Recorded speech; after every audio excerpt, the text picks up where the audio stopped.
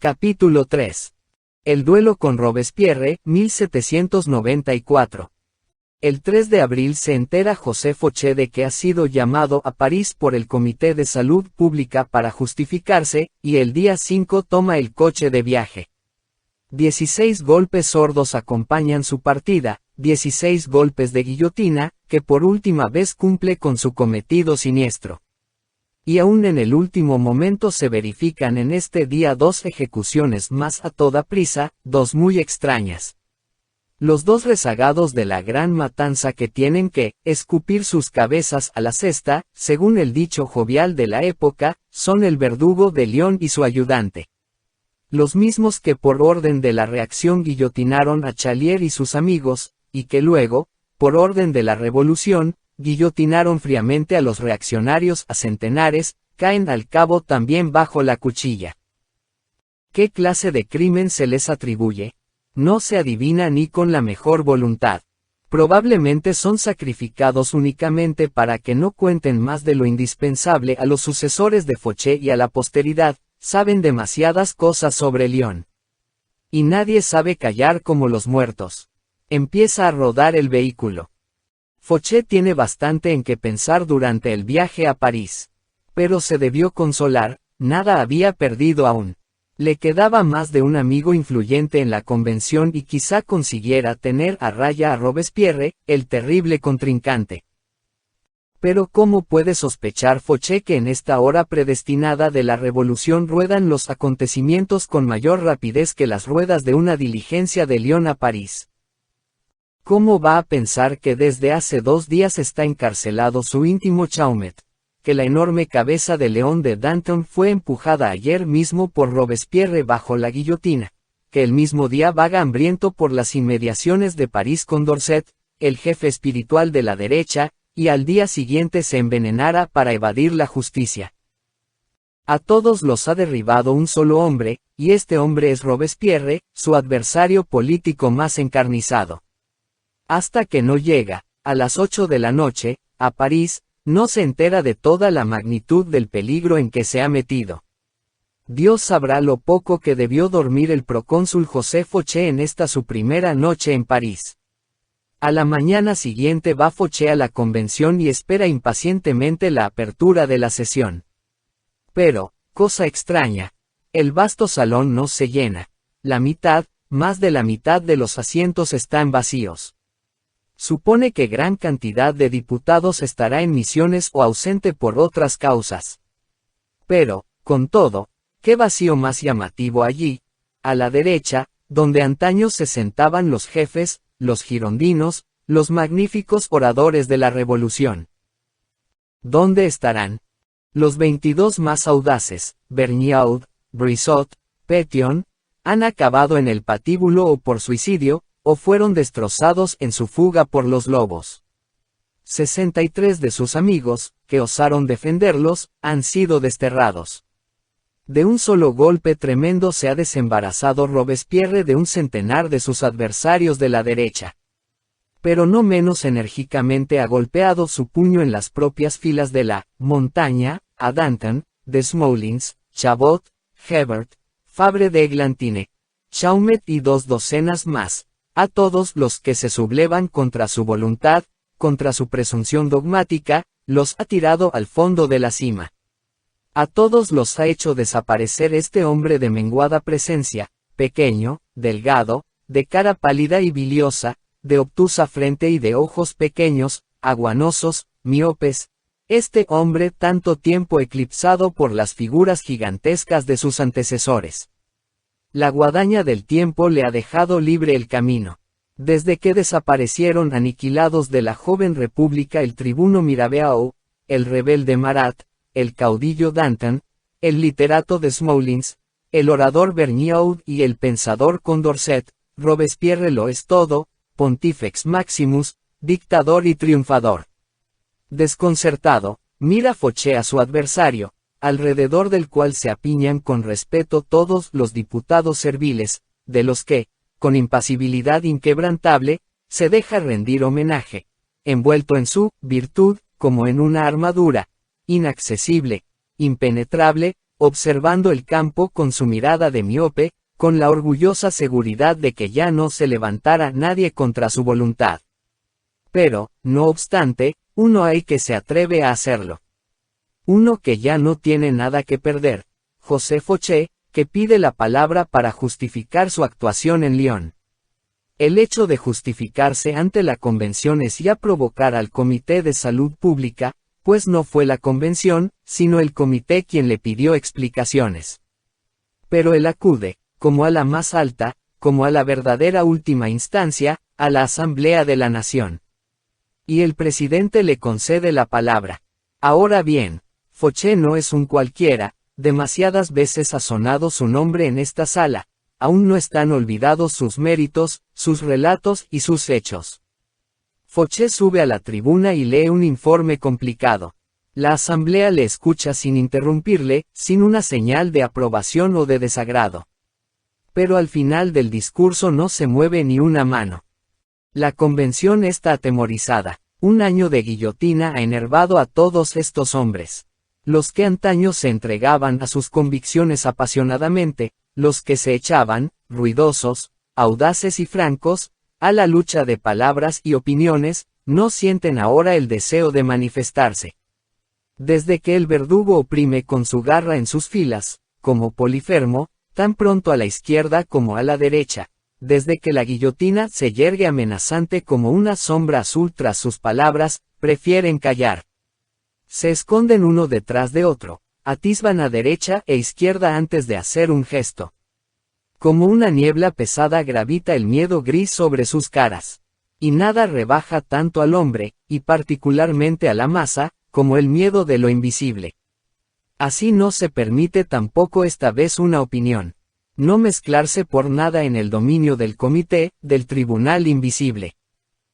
La justificación de Foché no es refutada, no es aceptada, sino simplemente enviada al comité para su examen, es decir, que va a parar a las manos que Foché quiso evitar con tanta precaución. Su primera batalla está perdida. Ahora sí que le sobrecoge a él también miedo. Ve que se ha adelantado demasiado sin conocer el terreno, y le parece mejor una retirada rápida. Antes capitular que luchar solo contra el más poderoso. Y Foché, arrepentido, doblega la rodilla y humilla la cabeza. Aquella misma noche va a casa de Robespierre, a entrevistarse con él para rogar su perdón. Nadie fue testigo de esta entrevista, únicamente su desenlace es conocido. Se la puede uno imaginar por analogía con aquella visita que Barras describe en sus memorias tan terriblemente plásticas.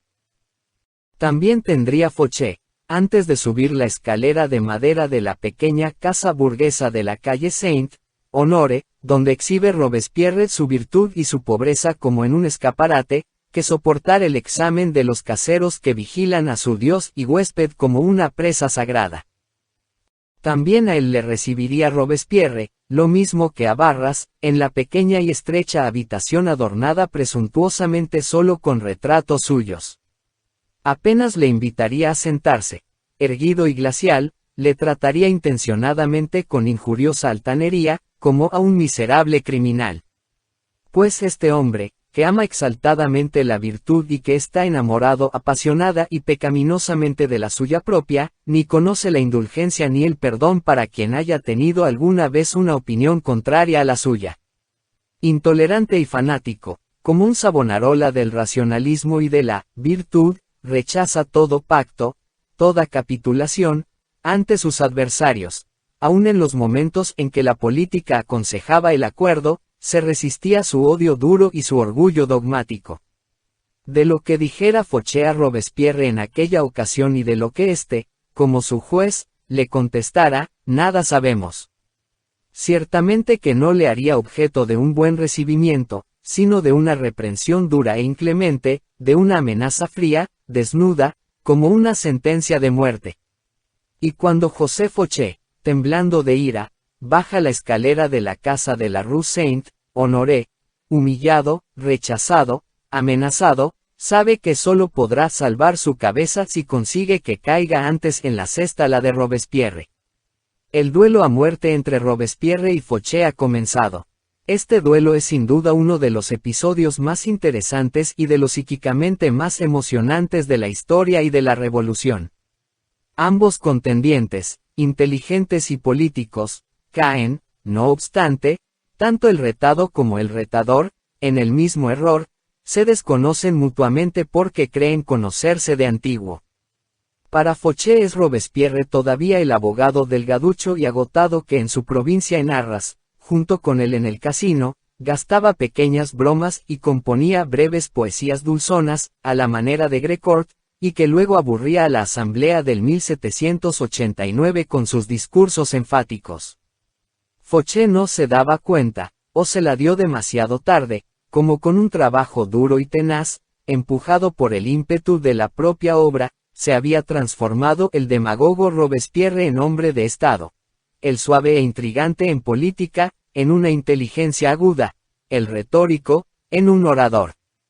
Casi siempre la responsabilidad eleva al hombre a la grandeza, así creció Robespierre en la conciencia de su misión. En medio de ambiciosos y alborotadores, siente la salvación de la República como el problema de su vida impuesto por la Providencia. Como sagrada misión para la humanidad, siente la necesidad de realizar su concepción de la República, de la Revolución, de la moral y hasta de la divinidad. Esta rigidez de Robespierre constituye al mismo tiempo la belleza y la debilidad de su carácter, pues embriagado de su propia incorruptibilidad, apasionado de su dureza dogmática, considera toda opinión opuesta a la suya no solo como algo diferente, sino como una traición. Y con el puño frío de un inquisidor, empuja a todo el que piensa de otra manera, como a un hereje, a la hoguera nueva, a la guillotina. Sin duda alguna, una idea grande y pura radica en el Robespierre de 1794. Pero se anquilosa en su espíritu. Ni él se crece con su idea ni ésta germina en él, es el destino de todas las almas dogmáticas, y esta falta de calor comunicativo, de humanidad, priva a su obra de la verdadera fuerza creadora, únicamente en la rigidez está su fuerza, en la dureza su poder, lo dictatorial es para el sentido y forma de su vida. La revolución ha de llevar su imagen o agrietarse en ruina. Un hombre así no tolera contradicción ni opinión opuesta a la suya en las cosas del espíritu. No tolera a nadie a su lado y menos frente a él. Solo soporta a los hombres si reflejan, como espejos, sus propias opiniones, si son sus esclavos espirituales como Saint, Just y Couthon, a los demás los elimina inclemente con el corrosivo terrible de su temperamento bilioso. Persiguió a los que se apartaron de su opinión, pero sobre todo, y terriblemente, a los que se opusieron a su voluntad, a los que no respetaron su infalibilidad. Y esto es lo que ha hecho José Fouché. Nunca le pidió consejo, nunca se doblegó ante el amigo de antaño, se sentó en los bancos de sus enemigos, se propasó audazmente de los límites señalados por Robespierre, de un socialismo moderado y razonable, predicando el comunismo y el ateísmo. Pero hasta ahora no se había ocupado Robespierre seriamente de él, le parecía demasiado pequeño. Este diputado no era para él más que el pequeño profesor de seminario que conoció aún con la sotana y luego como pretendiente de su hermana, un pequeño y ruin ambicioso que traicionó a su Dios, a su novia y a todas sus convicciones. Y le despreciaba con todo el odio típico de la rigidez contra la flexibilidad, de la convicción sin reserva contra el afán de éxito, con la desconfianza de la naturaleza religiosa contra la profana. Pero este odio aún no se ha concentrado en la persona de Fouché. Solo le incluye en la especie, de la que es una variedad. Era demasiado altanero para reparar en él. ¿A qué molestarse por un intrigante de tal calaña, que podría aplastar siempre que quisiera con el pie? Como hacía tanto tiempo que le despreciaba, solo se había dignado Robespierre observar a Fouché, pero no le había combatido seriamente. Ahora empiezan a darse cuenta de hasta qué punto era excesivo el desprecio mutuo que se tenían. Fouché reconoce el poder inmenso a que ha llegado Robespierre durante su ausencia. Todas las instituciones se le someten, el ejército, la policía, la justicia, los comités, la convención y los jacobinos. Luchar contra él le parece inútil. Pero Robespierre le ha obligado a la lucha y Fouché sabe que está perdido si no vence. Siempre surge de una última desesperación una última fuerza, y así, a 2 pasos del abismo, se vuelve Fouché repentinamente contra el perseguidor como un ciervo exhausto que acometiera al cazador, desde la última maleza en que se hubiese refugiado, con el valor de la desesperación. Las primeras hostilidades las inicia Robespierre. No quiere darle más que una lección por ahora al impertinente, un aviso, un puntapié. Motivo para ello ofrece aquel discurso célebre del 5 de mayo, en que invita a todos los intelectuales de la República a reconocer la existencia de un ser supremo y de la inmortalidad como potencia conductora del universo. Nunca ha pronunciado Robespierre un discurso más impetuoso, más bello que este, que escribió, según se dice, en la finca de Juan Jacobo Rousseau. En él se convierte el dogmático casi en poeta, el idealista turbio, en pensador. Separar la creencia de la increencia y, por otra parte, de la superstición. Crear una religión que se eleve, por un lado, sobre el cristianismo corriente, adorador de imágenes, e igualmente sobre el puro materialismo y el ateísmo. O sea, mantenerse en un término medio, según procura siempre en todas las cuestiones espirituales, es lo que constituye la idea fundamental de su discurso, que, a pesar de su fraseología rimbombante, está poseído de verdadera ética y de una voluntad apasionada de humana elevación. Pero ni en esta esfera elevada se puede librar de lo político, hasta en las ideas eternas mezcla su rencor bilioso y sus ataques personales. Con odio recuerda a los muertos que él mismo empujó a la guillotina y se burla de las víctimas de su política, de Danton y de Chaumet, como de despreciables ejemplos de inmoralidad y ateísmo. Y repentinamente, con un golpe que da en el corazón, se vuelve contra el único de los predicadores ateístas que han sobrevivido a su ira, contra José Fouché. Dinos, quien te ha encomendado la misión de anunciar al pueblo que no hay ninguna deidad. ¿Qué ventajas ves en inculcar a los hombres que una fuerza ciega decide su destino, que castiga por pura casualidad tanto la virtud como el pecado, y que su alma no es más que débil aliento que se apaga en el umbral de la tumba? Desgraciado sofista, ¿con qué derecho te atreves a arrancar a la inocencia el cetro de la razón, para ponerlo en manos del pecado? A echarle encima a la naturaleza un manto mortuorio, hacer más desesperante la desgracia, disculpar el crimen, oscurecer la virtud y rebajar la humanidad. Solo un criminal despreciable ante sí mismo, repugnante a los demás, puede creer que la naturaleza no nos puede ofrecer nada más bello que la nada. Inmenso aplauso premia el grandioso discurso de Robespierre. Por una vez se siente la convención elevada sobre las bajezas de la lucha cotidiana y unánimemente acuerda la fiesta propuesta por Robespierre en honor del Ser Supremo. Únicamente José Fouché queda mudo y se muerde los labios. Ante un triunfo así de su adversario hay que callar. Sabe que no se puede medir públicamente con este retórico magistral. Sin palabras, pálido, recibe esta derrota en pública asamblea, decidido tan solo a vengarse, a desquitarse. Durante días, durante semanas no se oye nada de Fouché. Robespierre cree que ha acabado con él, el puntapié parece haber bastado al insolente. Pero cuando Fouché está invisible, cuando de él nada se oye ni se sabe, es porque trabaja subterráneamente, obstinado, metódico, como un topo. Hace visitas a los comités, busca amistades entre los diputados, es amable y afectuoso con todo el mundo y a todo el mundo procura atraerse. Intensamente se mueve entre los jacobinos, donde vale mucho la palabra hábil y suave, donde sus proezas de león le han favorecido bastante.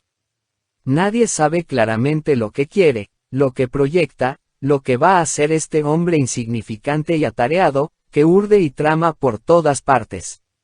Y de pronto se hace la claridad en forma inesperada para todo el mundo, y más que para nadie para Robespierre. El 18 de Prairial es elegido José Fouché, por gran mayoría de votos, presidente del Club de los Jacobinos. Robespierre se estremece, ni él ni nadie esperaba cosa semejante. Ahora reconoce con qué contrincante tan astuto y audaz tiene que entendérselas. Hacía 2 años que no le había pasado nada parecido, que un hombre atacado públicamente por él se atreviera aún a sostenerse. Todos habían desaparecido rápidamente apenas su mirada llegó a rozarlos. Danton se había fugado a su finca. Los girondinos habían huido a las provincias, otros se quedaban en sus casas y no daban signos de vida. Y este cínico, por el señalado en la Asamblea Nacional públicamente como impuro, se refugia en el santuario, en el sagrario de la Revolución, en el Club de los Jacobinos y gana allí subrepticiamente la más alta dignidad que puede ser otorgada a un patriota. No debe olvidarse la fuerza moral gigantesca que tiene en sus manos este club, precisamente en el último año de la Revolución. La prueba decisiva, la piedra de toque del patriota, consiste en que el Club de los Jacobinos le honre con su admisión. Al que expulsa de su seno, en cambio, al que excluye, ese siente la amenaza de la cuchilla sobre su cabeza. Generales, caudillos populares, políticos, todos doblan la cerviz ante este tribunal en última instancia de la ciudadanía. Vienen a ser los miembros de este club una especie de pretorianos de la Revolución, la guardia de cor de la Casa Sagrada. Y estos pretorianos, los más severos, los más fieles, los más inflexibles de los republicanos, han elegido por jefe a José Fauché. La ira de Robespierre no tiene límites. Es demasiado fuerte que este canalla se entre en sus dominios, se instale precisamente en el sitio a donde él recurre contra sus enemigos, donde intensifica su propia fuerza, en el círculo de los fieles. Y ahora habrá de pedir permiso a un José Fauché cuando quiera pronunciar un discurso. Habrá de someterse él, Maximiliano Robespierre, al capricho favorable o adverso de un José Fauché. Robespierre concentra toda su energía. Esta derrota tiene que ser vengada con sangre. Fuera con él inmediatamente, no solo de la silla presidencial, sino de la sociedad de los patriotas. Enseguida le echa a Fauché unos ciudadanos de Lyon que llevan queja contra él, y cuando esté, sorprendido, cobarde, como siempre, en la disputa pública, se defiende torpemente, interviene Robespierre y advierte a los jacobinos que no se dejen engañar por impostores. Ya con esto consigue casi derribar a Fauché al primer golpe. Pero aún tiene Fauché la presidencia en sus manos y con ella el medio de terminar antes de tiempo el debate. Con muy poca gallardía corta la discusión y se retira a la oscuridad para preparar un nuevo ataque. Sin embargo, ya sabe Robespierre con quién trata. Ha sorprendido el método de lucha de Fauché. Sabe que es hombre que no da la cara en el desafío, sino que se retira siempre para preparar desde la sombra sus ataques traicioneros. No basta pegar y fustigar a un intrigante tan tenaz, hay que perseguirle hasta su última guarida y aplastarle con el pie, hay que meterle el resuello en el cuerpo, hay que inutilizarle definitivamente y para siempre. Por eso se echa Robespierre sobre él. Repite su acusación pública contra él ante los jacobinos y pide que aparezca Fauché en la próxima sesión para justificarse. Naturalmente, Fauché no va. Conoce demasiado bien su lado fuerte y su lado flaco, no quiere darle a Robespierre públicamente la satisfacción de que se complazca en rebajarle ante 3000 personas. Mejor volver a la oscuridad, mejor dejarse vencer y mientras tanto ganar tiempo. Tiempo precioso. Por eso escribe muy amable a los jacobinos que siente tener que renunciar a excusarse públicamente. Hasta que no hayan decidido los dos comités sobre su actitud, ruega sea aplazado el juicio sobre él. Sobre esta carta se echa Robespierre como sobre una presa. Ha llegado el momento de cogerle, de aniquilarle definitivamente. El discurso que pronunció el 23 de Mesidor, 11 de junio, contra José Fauché es el ataque más encarnizado, el más peligroso, el más lleno de bilis con que fustigó jamás Robespierre a un adversario. Ya desde las primeras palabras se ve que Robespierre no quiere herir a su enemigo, quiere matarle. No quiere humillarle, sino aplastarle. Comienza con tranquilidad fingida. La primera declaración suena aún muy tibia. El individuo, Fauché no le interesa en absoluto. Tenía antes con él ciertas conexiones, porque le consideraba patriota. Mas si ahora le acuso aquí es, más que por sus crímenes, porque se esconde para cometer otros y porque le considero jefe del complot que tenemos que deshacer. Ante la carta que acaba de ser leída, digo que ha sido escrita por un hombre que, estando acusado, se niega a justificarse ante sus conciudadanos. Esto supone el principio de un sistema de tiranía, pues el que se niega a justificarse ante la comunidad popular, a que pertenece como miembro, ataca la autoridad de esta organización.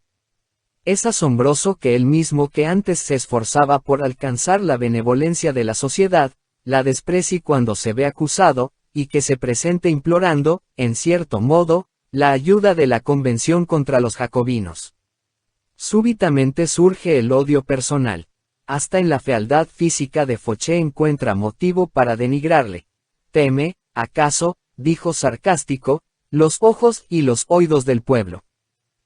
Teme que su triste presencia delate demasiado claramente su crimen. Teme que 6.000 miradas enfocadas sobre él descubran toda su alma en sus pupilas, a pesar de que la naturaleza las haya dotado de falsía y disimulo. Teme que su lengua descubra la confusión y la contradicción del culpable. Toda persona razonable ha de reconocer que el miedo es el único motivo de su actitud, y todo el que teme las miradas de sus conciudadanos es culpable.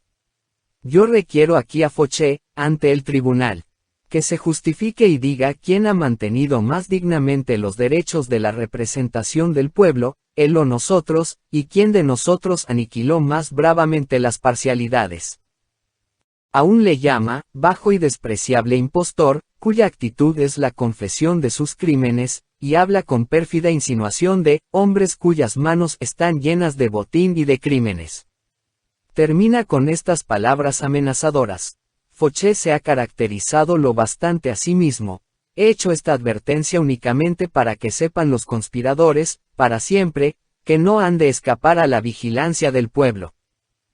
Aunque estas palabras anuncian claramente una sentencia de muerte, obedece la asamblea a Robespierre. Y sin vacilación expulsa, como indigno del club de los jacobinos, a su antiguo presidente. Ya está José Fauché predestinado a la guillotina como un tronco de árbol que espera el golpe del hacha.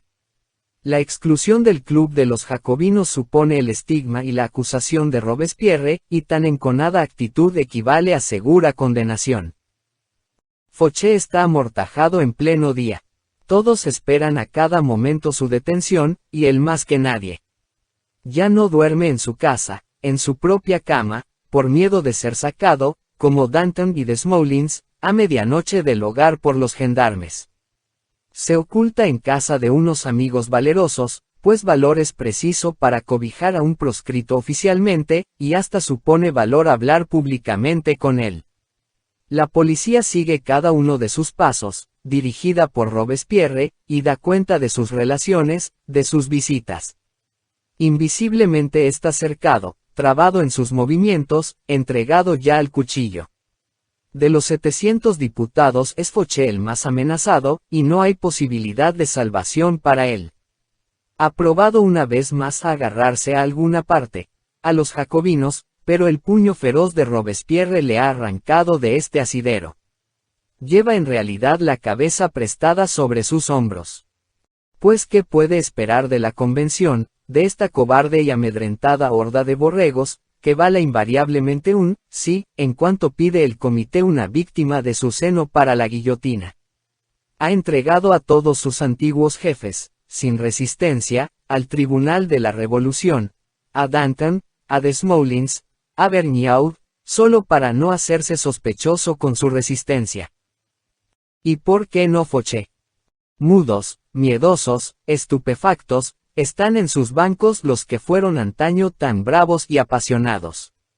Ese veneno horrendo, enervante, aniquilador de almas, el miedo, paraliza su voluntad.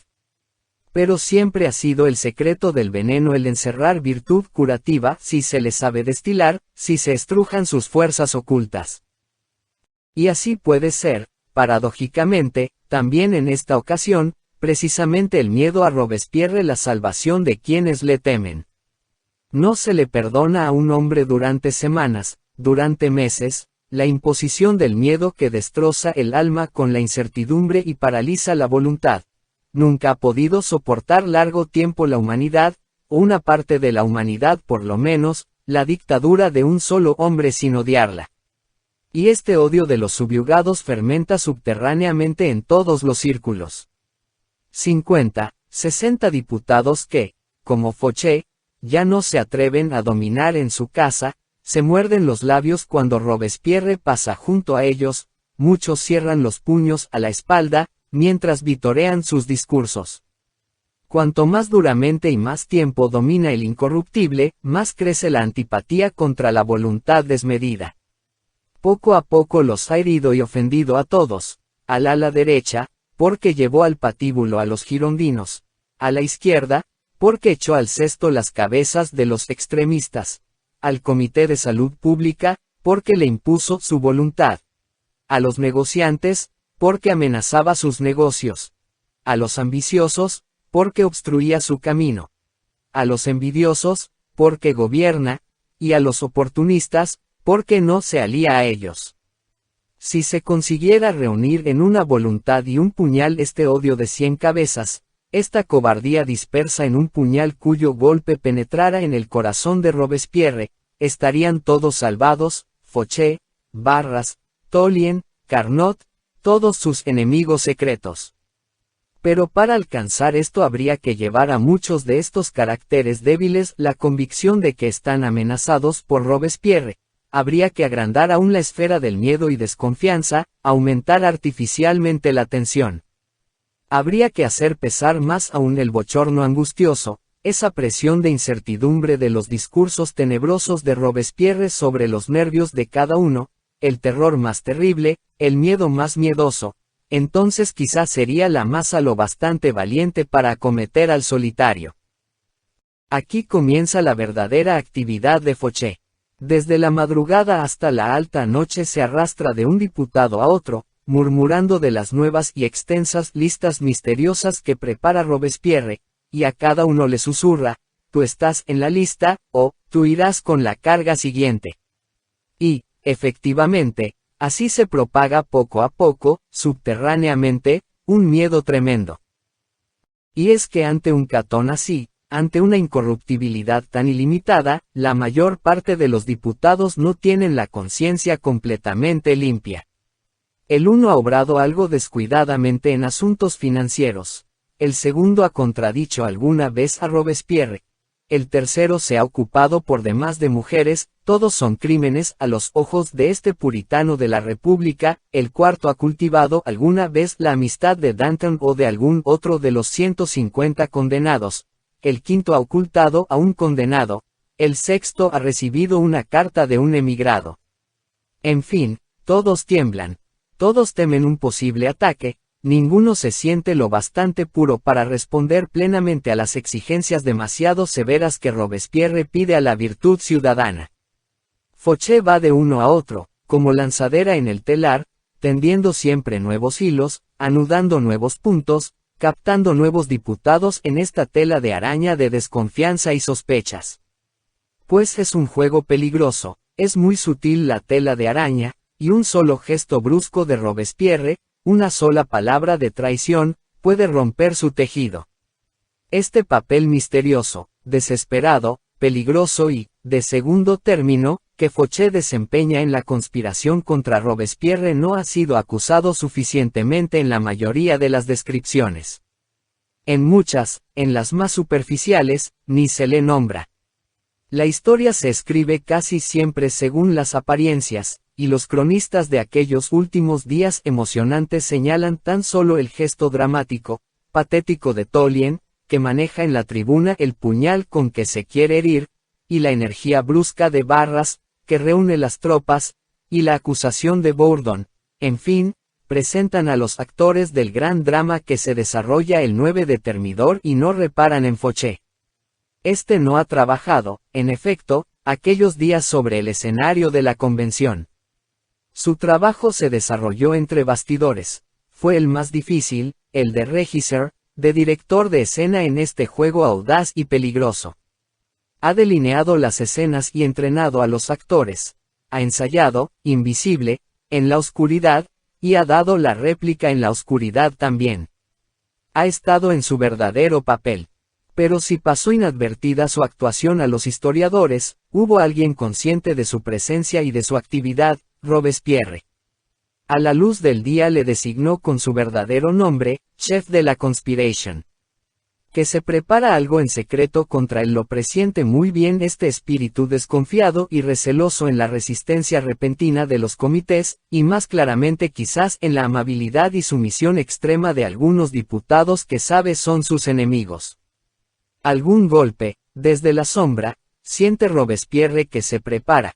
Conoce también la mano que ha de dirigirlo, conoce al chef de la conspiration, y está sobre aviso. Cautelosamente exploran sus tentáculos. Una policía propia, espías particulares, que le comunican, paso por paso, las gestiones, las reuniones, las conversaciones de Tolien, de Fouché y de los demás conspiradores. Cartas anónimas le previenen o le excitan a posesionarse pronto de la dictadura y a derribar a los enemigos antes de que se puedan reunir. Y para confundirlos y engañarlos a su vez, se pone repentinamente la máscara de la indiferencia contra el poder político. No se presenta ya en la convención, ni en el comité. Acompañado de su gran perro de Terranova se le ve solo, un libro en la mano, con los labios apretados, vagar por la calle o por los cercanos bosques, ocupado, en apariencia únicamente, con sus amados filósofos e indiferente contra el poder. Pero cuando regresa de noche a su habitación lima horas enteras en su gran discurso. Infinitamente trabaja en él, el manuscrito muestra innumerables correcciones y añadiduras. Pues este discurso decisivo y grande, con el que quiere estrellar a todos sus enemigos de una vez, debe surgir inesperadamente, afilado como un hacha, lleno de ímpetu retórico, brillante de ingenio y pulido de odio. Con esta arma quiere atacar repentinamente a los sorprendidos antes de que se puedan entender y reunir todo es poco para afilar su corte y envenenarlo mortalmente, y en este trabajo macabro pasa largos y preciosos días. Pero no hay que perder más tiempo, cada vez con más urgencia le comunican los espías secretos conciliábulos. El 5 de Thermidor cae en manos de Robespierre una carta de Fouché dirigida a su hermana, en la que dice misteriosamente: no tengo que temer nada de las calumnias de Maximiliano Robespierre, dentro de poco oirás el desenlace de este asunto, el que espero resulte ventajoso para la República. Dentro de poco, pues, Robespierre está prevenido. Hace venir a su amigo Saint-Just y se encierra con él en su estrecha buhardilla de la Rue Saint-Honore. Allí se designa el día y el modo del ataque. El 2 de Thermidor debe Robespierre sorprender y paralizar a la convención con su discurso, y el 9 pedir Saint-Just las cabezas de sus enemigos, de los obstinados del comité y, sobre todo, la de José Fouché. La expectación era ya casi insoportable. También los conspiradores sienten el rayo en las nubes. Pero aún vacilan en atacar al hombre más poderoso de Francia, que tiene en sus manos todas las potencias, la administración municipal y el ejército, los jacobinos y el pueblo, la gloria y la fuerza de un nombre intachable. Aún no se tienen por bastante seguros, por bastante numerosos, por bastante decididos, por bastante audaces para acometer a este gigante de la revolución en batalla abierta, y se van enfriando algunos y hablan de retirada y reconciliación. La conspiración, muñida trabajosamente, amenaza con deshacerse. En este momento pone la providencia, más genial que todos los poetas, un peso decisivo en el platillo de la balanza oscilante. Y es precisamente Fouché el predestinado a hacer estallar la mina. En estos días le ocurre a este perseguido hasta la desesperación, amenazado a cada momento por el rayo del cuchillo, una última y extrema desgracia en su vida privada, más fuerte que las desdichas de su suerte política. Duro, frío, intrigante e incomunicativo en público y en la política, es este hombre singular en el hogar, el esposo más afectivo, el padre de familia más tierno. Ama apasionadamente a su mujer, horriblemente fea, y ama sobre todo a su hijita, nacida en los días del preconsulado, bautizada por su propia mano, en la plaza de Nevers, con el nombre de Niebre.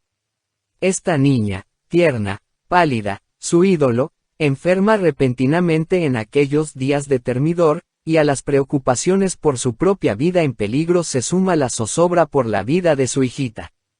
Prueba cruel, saber que el ser querido, débil, enfermo del pecho, está solo con su mujer y no poder, acosado por Robespierre, velar junto al lecho de su hija moribunda. Ha de ocultarse en hogares extraños, en buhardillas. En vez de dedicarse a ella y respirar su aliento expirante, ha de correr sobre brasas, ir de un diputado a otro, mentir, implorar, conjurar, defender su propia vida. El espíritu atribulado, el corazón destrozado. Así vaga el infeliz en los días ardientes de julio, el más caluroso desde hace muchos años, incansable, de un lado a otro por el escenario político, sin ver cómo sufre y muere su niña amada. El 5 o el 6 de Termidor acaba esta dura prueba. Fauché acompaña un pequeño ataúd al cementerio, la niña ha muerto. Estas pruebas endurecen. Presente en la imaginación la muerte de su hija, no teme por su propia vida.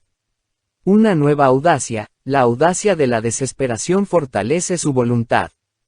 Y cuando titubean aún los conspiradores y quieren aplazar la lucha, entonces dice por fin él, Fauché, que ya no tiene que perder en la tierra más que su vida, la frase decisiva, mañana hay que dar el golpe. Y esta frase fue pronunciada el 7 de Termidor. La mañana del 8 de Termidor comienza. Día histórico. De madrugada ya pesa el cielo despejado de julio, ardiente, sobre la ciudad despreocupada. Y únicamente en la convención reina, desde muy temprano, una actividad extraña. En los rincones se juntan los diputados y murmuran, nunca se había visto tanta gente extraña y tanto curioso en los corredores y en las tribunas. El misterio y la expectación fluyen incorpóreos por el espacio, de manera inexplicable se ha divulgado el rumor de que hoy ha de ajustar Robespierre cuentas con sus enemigos. Quizás acechó alguien a Saint-Just y observó cómo regresaba de noche de la habitación cerrada, en la convención se conoce demasiado bien el efecto de estos consejos secretos. O es que tiene, por otra parte, Robespierre noticia de los proyectos bélicos de sus adversarios. Todos los conjurados, todos los que se saben amenazados, examinan, medrosos, las caras de sus colegas. ¿Habrá revelado alguno? ¿Quién? El secreto peligroso. ¿Se les adelantará Robespierre o le podrán aplastar antes de que tome la palabra? ¿Los abandonará o los protegerá la masa insegura y cobarde de la mayoría, le Marais? Todos vacilan y se sobrecogen. Igual que el bochorno del cielo gris, plomo sobre la ciudad, pesa la inquietud psíquica, amenazante, sobre la asamblea. Y, efectivamente, apenas se abre la sesión, hace uso Robespierre de la palabra. Se ha ataviado solemnemente, como para la fiesta aquella del Ser Supremo.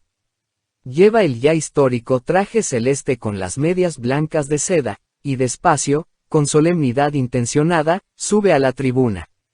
Solo que esta vez no lleva en la mano una antorcha, sino, como los lictores el mango de su hacha, un voluminoso rollo de papel, su discurso. Saber alguno su nombre en estas hojas cerradas es tanto como saber su propia perdición. Por eso cesan repentinamente, como cortados, charlas y murmullos en los bancos. Del jardín, de las tribunas, se apresuran a entrar los diputados y toman asiento en sus sitios. Cada uno examina temeroso la expresión de esta cara delgada, tan conocida. Pero glacial, encerrado en sí mismo, impenetrable a toda curiosidad, despliega Robespierre lentamente su discurso en la tribuna. Antes de comenzar a leer, con sus ojos miopes, levanta, para aumentar la expectación, la mirada. La dirige de derecha a izquierda, de izquierda a derecha, de arriba a abajo, de abajo arriba, despacio, frío y amenazante sobre la asamblea casi narcotizada. Allí están sentados sus pocos amigos, la muchedumbre numerosa de los indecisos y el montón cobarde de los conjurados que acecha su perdición. Los mira cara a cara. Pero hay uno a quien no ve. Uno solo de sus enemigos falta en esta hora decisiva, José Foché. Y cosa extraña, solo el nombre del ausente, el nombre de José Foché, es mencionado en el debate, y en su nombre precisamente se enciende la lucha postrera, la decisiva. Robespierre habla largo tiempo, extensamente, fatigosamente. Según su antigua costumbre, deja gravitar el hacha siempre sobre los innominados, habla de conspiraciones y conjuraciones, de indignos y de criminales, de traidores y maquinaciones, pero no pronuncia ningún nombre. Le basta con hipnotizar a la asamblea. El golpe mortal lo dará mañana Saint-Just contra las víctimas paralizadas. Durante 3 horas deja alargarse en el vacío su discurso vago y retórico. Y cuando por fin termina, está la asamblea más enervada que asustada. Por lo pronto no se mueve ni una mano. La incertidumbre pesa sobre todos. Nadie puede decir si este silencio afirma una derrota o una victoria, la discusión habrá de decidirlo. Por fin pide uno de sus satélites que la convención acuerde la impresión del discurso y con ello su aprobación. Nadie se opone, cobarde, sumisa y, en cierto modo, satisfecha de que hoy no hayan pedido nuevas cabezas, nuevas detenciones, nuevas reducciones, aprueba la mayoría. Pero en el último momento se lanza uno de los conspiradores, el nombre pertenece a la historia, Bourdon de Aiguas, y habla contra la impresión del discurso, y esta sola voz desentumece las demás. Los cobardes se agrupan poco a poco, se agavillan y se unen en un acto de valor desesperado. Uno tras otro culpan a Robespierre de haber formulado sus declaraciones y sus amenazas demasiado confusamente. Que diga, por fin, con claridad, a quien acusa efectivamente. En un cuarto de hora ha variado la escena. Robespierre, el agresor, se reduce a defenderse, debilita su discurso en vez de reforzarlo, declara no haber acusado a nadie ni culpado a nadie. En este momento suena repentinamente una voz, la de un diputado insignificante, que grita. Es Foché. Y Foché. Se ha pronunciado el nombre del señalado como jefe de la conspiración, como traidor de la revolución. Ahora debiera dar el golpe Robespierre. Pero, cosa extraña, inexplicablemente extraña, Robespierre elude la respuesta. No quiero ocuparme ahora de él, obedezco solamente a la voz de mi conciencia. Esta contestación evasiva de Robespierre pertenece a los secretos que se llevó a la tumba. ¿Por qué respeta, en este momento de vida o muerte, a su enemigo más cruel? ¿Por qué no le deshace? ¿Por qué no ataca al ausente, al único ausente? ¿Por qué no libra con ello de la opresión del miedo a todos los demás que se sienten atemorizados y que entregarían, sin duda, a Foché para salvarse ellos? La misma noche, así afirma Saint-Just, había intentado Foché acercarse nuevamente a Robespierre. ¿Es un ardid o es verdad? Varios testigos pretenden haberle visto en estos días sentado en un banco con Carlota Robespierre, su antigua novia. Ha intentado verdaderamente una vez más persuadir a la solterona para que intercediera cerca de su hermano. Quiso, efectivamente, el desesperado traicionar a los conspiradores para salvar la propia cabeza. O quiso, para confiar a Robespierre y velar la conspiración, fingirle arrepentimiento y sumisión. Ha hecho también esta vez, como 1000 veces, doble juego este taur. Y estaba, tal vez, dispuesto, para sostenerse, el incorruptible y amenazado Robespierre, a respetar en aquella hora a su más odiado enemigo. ¿Fue este evitar una acusación de Foché señal de un acuerdo secreto o fue solo un recurso? No se sabe. Alrededor de la figura de Robespierre se cierne todavía hoy, al cabo de tantos años, una sombra de misterio. Nunca adivinará por completo la historia a este hombre impenetrable. Nunca se sabrán sus últimos pensamientos. Si quiso verdaderamente la dictadura para él o la república para todos, si quiso salvar la República o heredarla, como Napoleón. Nadie conoció sus pensamientos más secretos, los pensamientos de su última noche, del 8 al 9 de Termidor. Porque es, efectivamente, su última noche, en ella decide la suerte. A la luz de la luna la noche sofocante de julio brilla, pulida, la guillotina. Partirá mañana su filo frío las vértebras al triunvirato Tolien, Barras y Fauché o caerá sobre Robespierre. Ni uno solo de los 600 diputados se acuesta esta noche. Ambos partidos preparan la lucha final. Robespierre ha ido desde la convención a los jacobinos.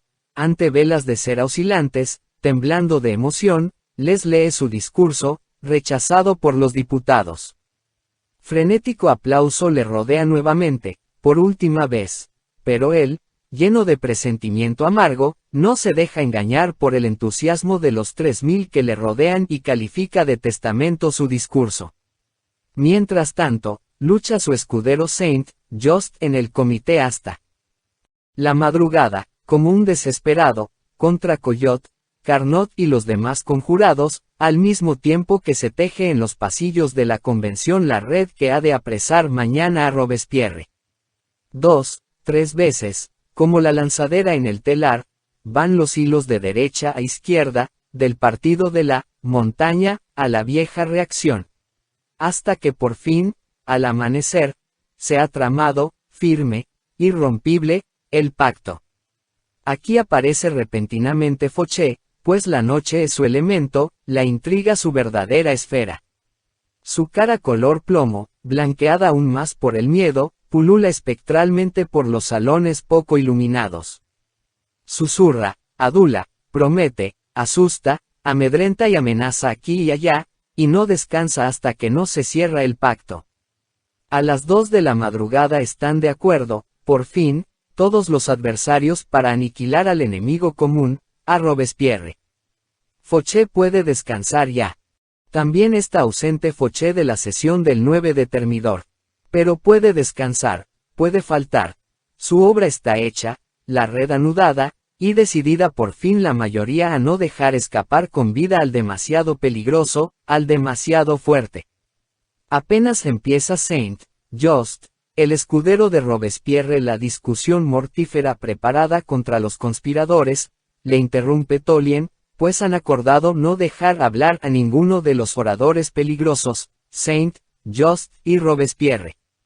Hay que estrangularlos antes de que puedan hablar, antes de que puedan acusar.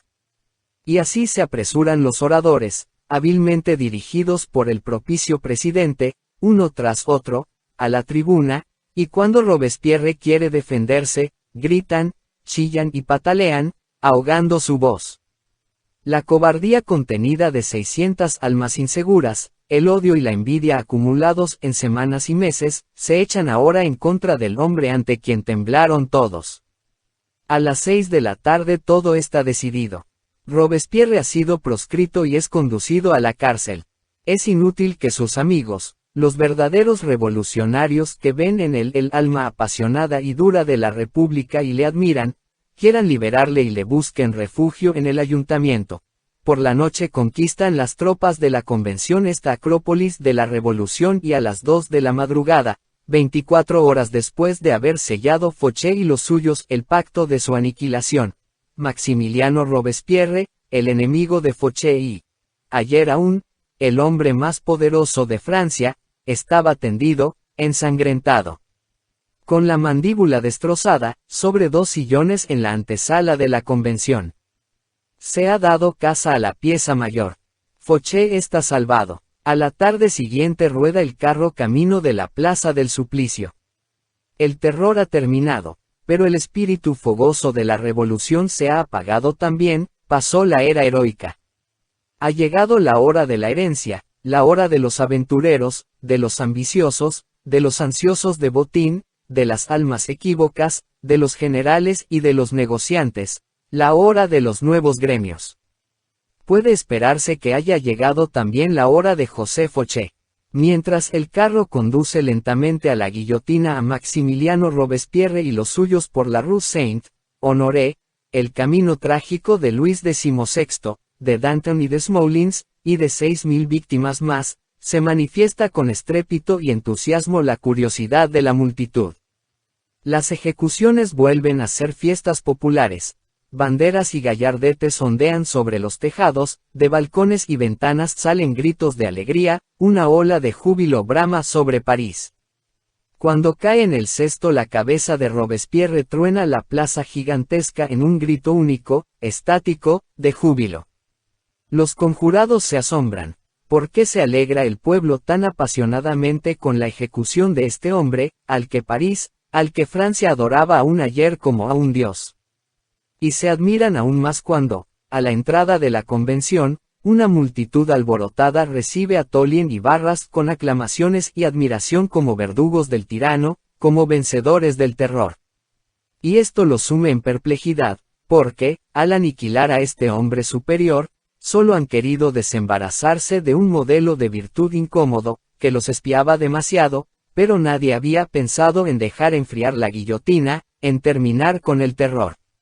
Más ante el hecho de la repugnancia que han llegado a inspirar las matanzas colectivas, y conscientes los conspiradores de las simpatías que pueden atraerse convirtiendo a posteriori su impulso íntimo de venganza contra Robespierre en un acto de humanidad, deciden, con súbito acuerdo, aprovechar esta falsa interpretación popular. Sostendrán en adelante que todos los desafueros de la revolución los tiene sobre la conciencia únicamente Robespierre, que desde los fosos de cal no puede defenderse, y que ellos fueron siempre apóstoles de la dulzura, enemigos de toda dureza y exageración. No la ejecución de Robespierre, sino la actitud cobarde y mentirosa de sus sucesores, da al 9 de Thermidor su sentido histórico, pues hasta aquel día había reclamado para sí la revolución todos los derechos, había tomado sobre sí tranquilamente toda la responsabilidad. A partir de este día, en cambio, confiesa temerosa haber cometido también equivocaciones, y por boca de sus caudillos empieza a renegar de sí misma. Pero todo credo espiritual, toda concepción vital queda rota en sus más íntimas potencias tan pronto como se niega su derecho absoluto, su infalibilidad.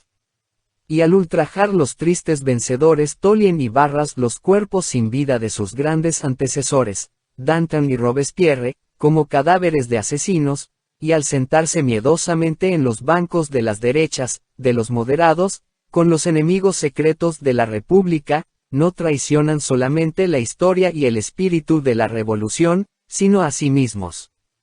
Todos esperan ver al lado de estos a Fouché, el conjurado principal, al enemigo más cruel de Robespierre, el más amenazado, el chef de la conspiration, pues bien había ganado el derecho a una substanciosa parte del botín.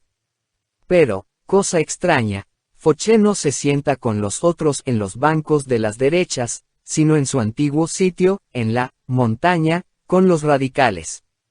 Y se envuelve en silencio. Por primera vez, es sorprendente, no va con la mayoría. ¿Por qué obra Fouché con semejante obstinación? Se lo preguntaron muchos entonces, y se lo han preguntado más tarde algunos. La contestación es sencilla. Porque piensa más razonable y perspicazmente que los demás, porque su inteligencia superior de político prevé más profundamente la situación que la frágil mentalidad de un Tolien o un Barras, a los que únicamente da el peligro una energía momentánea.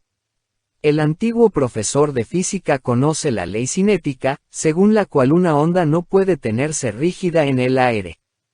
Tiene, lo sabe muy bien, que seguir un movimiento de flujo o de reflujo.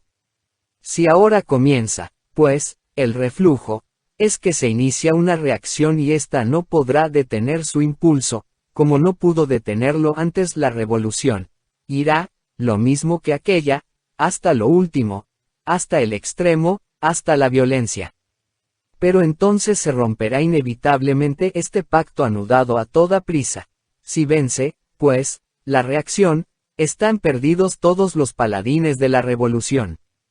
Con las ideas nuevas cambia también peligrosamente la medida del juicio para los hechos de ayer. Lo que ayer era deber y atributo de virtud republicana, por ejemplo, matar a tiros a 1.600 hombres y saquear las iglesias, será entonces necesariamente considerado como un crimen, los acusadores de ayer serán los acusados de mañana. Fauché, que tiene bastante sobre su conciencia, no quiere compartir el enorme error de los demás termidoristas, así se llaman los aniquiladores de Robespierre, que se agarran temerosamente a la rueda de la reacción.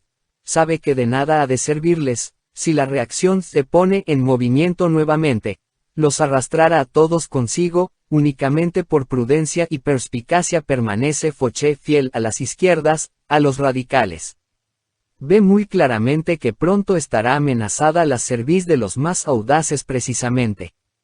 Y Fauché tiene razón, para hacerse populares, para afirmar una humanidad que no existió nunca, sacrifican los termidoristas a los más enérgicos de los procónsules. Hacen ejecutar a Carrier, que ahogó 6.000 personas en el Loire, a José Le Bon, el tribuno de Arras, y a Fouquier Tinville.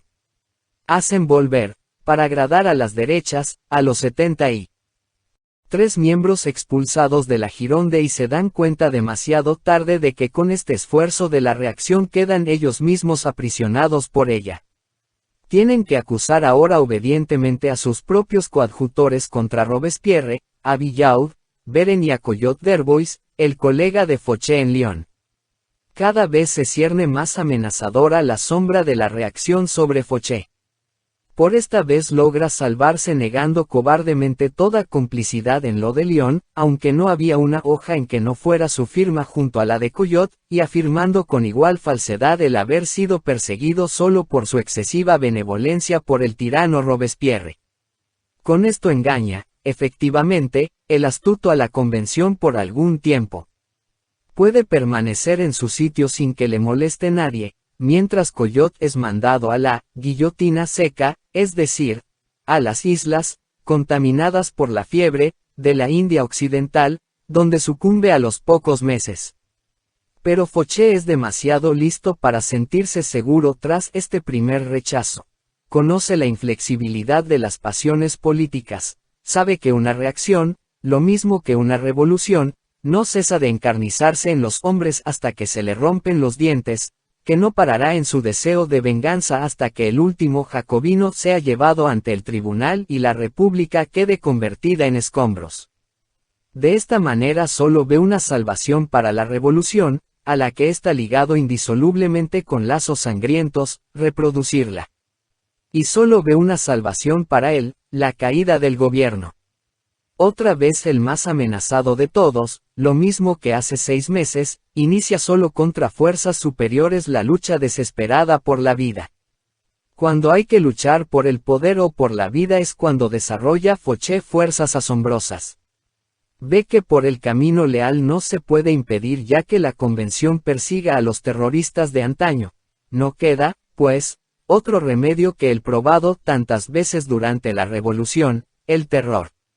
Ya una vez, cuando la sentencia de los girondinos, cuando la sentencia del rey, se intimidó a los diputados cobardes y vacilantes, entre ellos el entonces aún conservador José Fauché, movilizando a las muchedumbres callejeras contra el Parlamento, sacando de los suburbios los batallones de trabajadores con su fuerza proletaria, con su ímpetu irresistible, e izando la bandera roja de la rebelión en el ayuntamiento.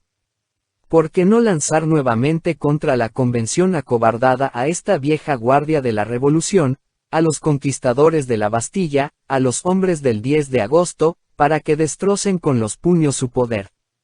Claro que para ir a los arrabales y pronunciar allí discursos fogosos, revolucionarios, o, como Murat, bajo peligro de muerte, arrojar folletos excitantes al pueblo, para eso es Fauché demasiado cauto. No le gusta exponerse, prefiere evitar la responsabilidad, su maestría no es la del discurso ampuloso y arrebatador, sino la del susurrar y la de esconderse detrás de otro. Y también esta vez encuentra al hombre propicio que, adelantándose audaz y decididamente, le cubre con su sombra. Por París vaga entonces, proscrito y humillado, un verdadero y apasionado republicano, Francisco Babecue, que se llama a sí mismo Graco Babsev. Tiene un corazón desbordante y una inteligencia mediocre.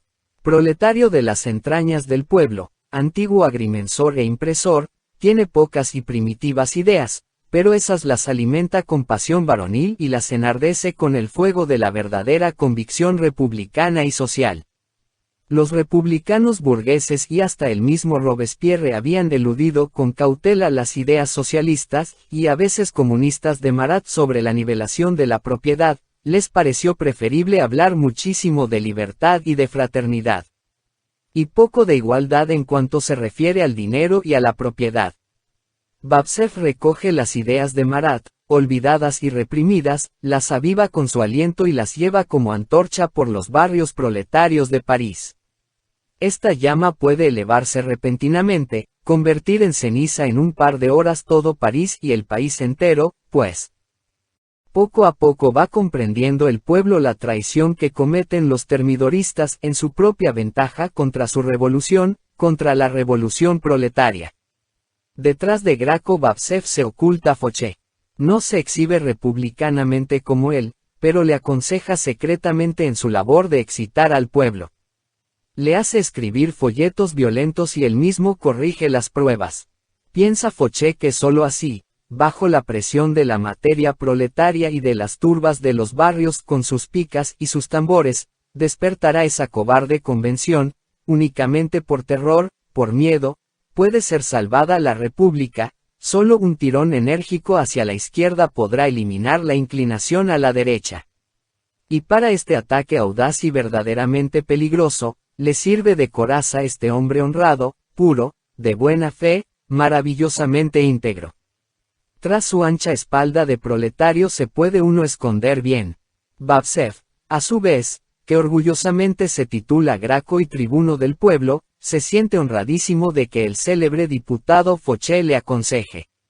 Sí, este es aún de los últimos y verdaderos republicanos, cree él. Uno de los que permanecieron en los bancos de la montaña, que no ha hecho pacto con la jeunesse d'Ore y con los proveedores del ejército. De buena gana se deja aconsejar, e impelido por esta mano hábil ataca a Tolien, a los termidoristas y al gobierno. Pero únicamente a él, al bonachón y recto Babsev, consigue engañar Fouché. El gobierno reconoce pronto la mano que carga el fusil contra él, y en pública sesión culpa Tolien a Fouché de ser el consejero de Babsev. Como siempre, niega Fouché francamente a su aliado, lo mismo que a Chaumet frente a los jacobinos, lo mismo que a Collot en Lyon. No conoce a Babsev más que de vista, condena sus exageraciones. Se bate en retirada con la mayor celeridad. Nuevamente cae el golpe sobre su escudero, pronto será detenido Babsev y no tardarán en fusilarle en el patio de un cuartel. Siempre paga otro con su sangre por las palabras y la política de Fouché. Este golpe audaz de Fouché se ha frustrado, solo ha conseguido con él atraer la atención sobre su persona, y eso no le conviene, porque le trae el recuerdo de Lyon y de los campos regados de sangre de Brotteaux. Nuevamente, y más enérgicamente que nunca, azuza la reacción a los acusadores de las provincias en las que mandó. Apenas se ha quitado de encima las imputaciones que le hace Lyon, se presentan Nevers y Clamency. Cada vez más en voz alta, cada vez más estrepitosamente, es acusado José Fouché de terrorismo ante el tribunal de la Convención. Se defiende astutamente, con energía y no sin suerte. El mismo Tolien, su contrincante, se esfuerza en protegerle, pues empieza a atemorizarle la preponderancia de la reacción y comienza a temer por su propia cabeza. Pero ya es tarde. El 22 de Termidor de 1795, un año y 12 días después de la caída de Robespierre, se formula, tras largo debate, la acusación por actos terroristas contra José Fouché. Y el 23 de Termidor se decide su detención. Igual que sobre Robespierre la sombra de Danton, parece levantarse sobre Fouché, vindicadora, la sombra de Robespierre. Pero estamos, y esto lo ha calculado bien el político inteligente, en el Termidor del cuarto año de la República y no del tercero. En 1793 equivalía la acusación a la orden de detención, y la detención a la muerte. Si se ingresaba por la noche en la Conciergerie, se era sometido a interrogatorio al día siguiente, y por la tarde del mismo día se estaba ya en el carro. pero en 1794 ya no mantiene el puño férreo del incorruptible, las riendas de la justicia. Las leyes se han aflojado, se puede uno escapar por entre sus mallas si es escurridizo. Y Fauché no sería Fauché si fuera incapaz de pasar él, que tantas veces estuvo en peligro, acorralado, por tan elásticas redes. A través de pasadizos y escaleras secretas se escurre y consigue que no le detengan enseguida, que se le deje tiempo para preparar una réplica, para una contestación, para una justificación, y el tiempo lo es todo. Hay que replegarse a la oscuridad, hay que procurar que le olviden a uno, hay que mantenerse en silencio, mientras gritan los demás, para pasar inadvertido. Según la receta célebre de Sieyes, que asistió a la convención durante los años del terror sin desplegar los labios y que habiendo sido preguntado qué hizo todo ese tiempo, dio, sonriente, la contestación genial: «J'ai vécu, he vivido». Así hace Fauché y se finge muerto, como algunos animales, para que no le maten. Si salva la vida ahora, durante el breve plazo de transición, estará libre definitivamente, pues el experto oteador presiente que toda la grandeza y toda la fuerza de esta convención no durarán más de un par de semanas, de un par de meses, a lo sumo. Así salva José Fauché su vida, y eso es mucho en aquel tiempo. Es decir, solo la vida, pero no su nombre y posición, pues no vuelven a elegirle en la nueva asamblea. El enorme esfuerzo ha sido inútil, como lo ha sido el derroche de pasión y de astucia, de audacia y de traición, solo la vida es lo que salva.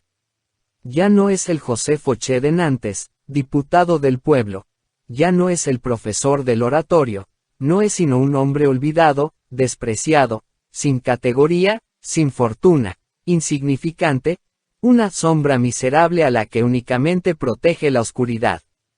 Durante 3 años, nadie pronuncia en Francia su nombre.